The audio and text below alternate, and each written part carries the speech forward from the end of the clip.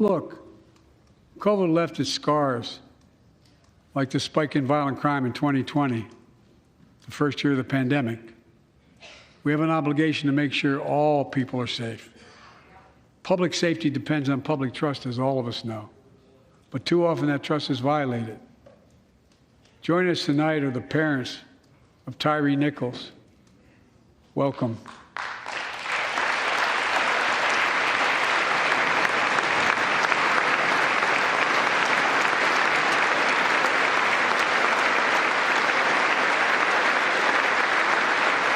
We had to bury Tyree last week.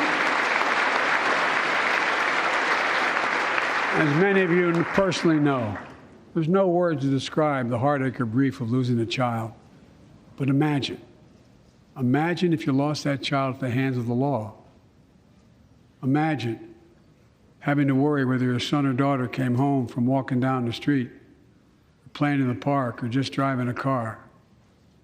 Most of us in here have never had to have the talk that brown and black parents have had to have with their children. Bo, Hunter, Ashley, my children. I never had to have the talk with them. I never had to tell them, if a police officer pulls you over, turn your interior lights on right away.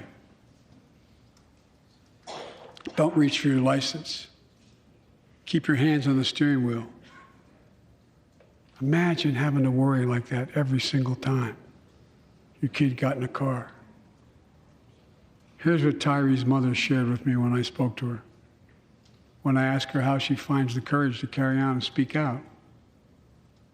With the faith of God, she said her son was, quote, a beautiful soul, and something good will come of this.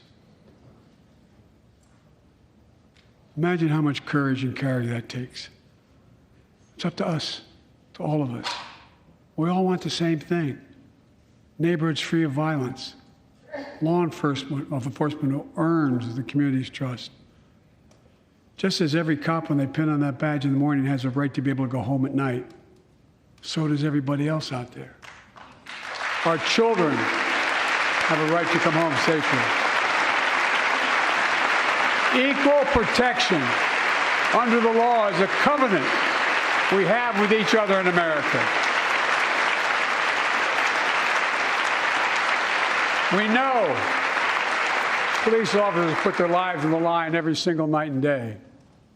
And we know we ask them in many cases to do too much, to be counselors, social workers, psychologists, responding to drug overdoses, mental health crises, and so much more.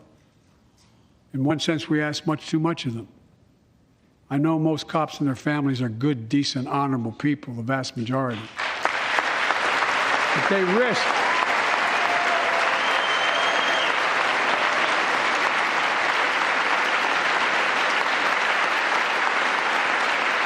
and they risk their lives every time they put that shield on. But what happened to Tyree in Memphis happens too often. We have to do better. Give law enforcement the real training they need. Hold them to higher standards. Help them succeed in keeping us safe. We also need more first responders and professionals to address the growing mental health, substance abuse challenges. More resources to reduce violent crime and gun crime. More community intervention programs. More investment in housing, education, and job training.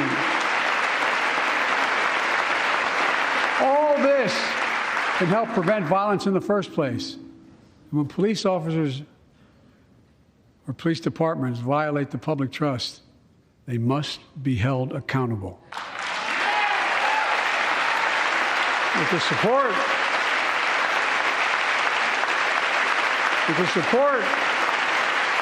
of the families of victims, civil rights groups, and law enforcement, I signed an executive order for all federal officers, banning chokeholds, restricting no-knock warrants, and other key elements of the George Floyd Act.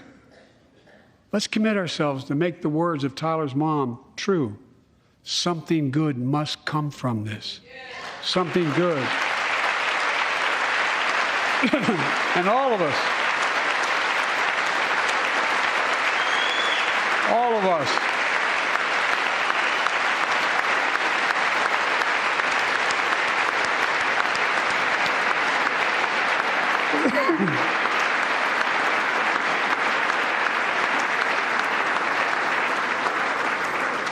Folks, it's difficult, but it's simple.